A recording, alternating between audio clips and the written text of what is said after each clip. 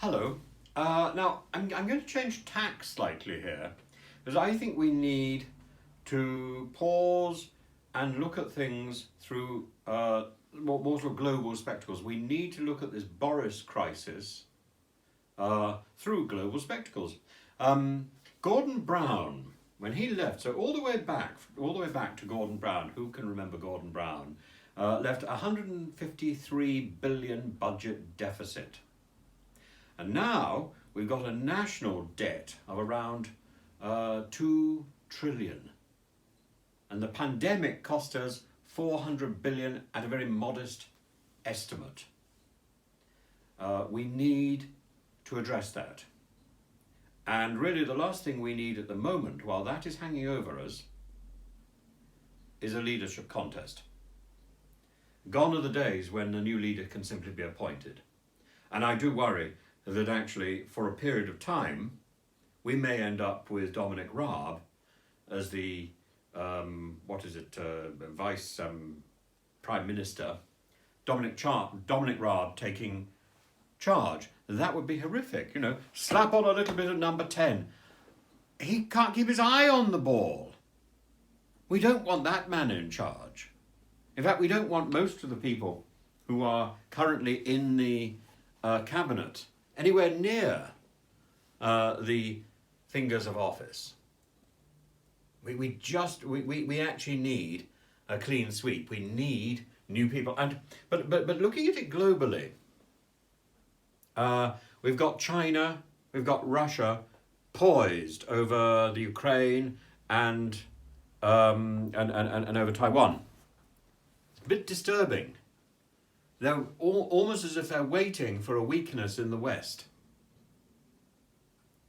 And that weakness is here. Boris has just slid in the final, that's the final brick in this arch of weakness. But look at it. President Macron is completely focused on his election. Completely focused. The new Chancellor of Germany, Olaf Scholz, he's still getting his feet under the table. Joe Biden in America seems unfocused. I think that's a sort of polite term. I don't want to be trumpet about it, and that's the big players out. And Boris is really the last of the big players, if Britain can be considered a big player. One can't really imagine Nicola Sturgeon taking over. So we don't need Chinese spies in Parliament or Russian hackers. We've actually done it ourselves. We've taken out the world opposition ourselves, and Boris has helped. So what must happen now? What must happen now is that we need to make a concerted effort to get things back on track. As I say, the last thing we need is a leadership contest to further distract our government from doing its job globally, from getting our economy sorted out, from getting the NHS sorted out, and actually delivering that Brexit that was such a key feature of the last election.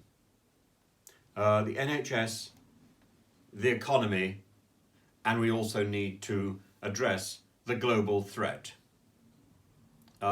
In the dying embers of his administration and recognising his own stupidity, I think Boris should be given room to manage his exit.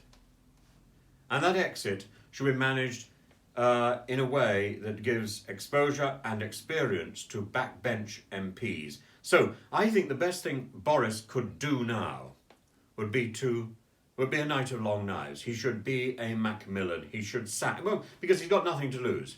He should sack Priti Patel, because she is useless. He should sack Rishi Sunak, because he's more interested in building a pond than he is in helping people.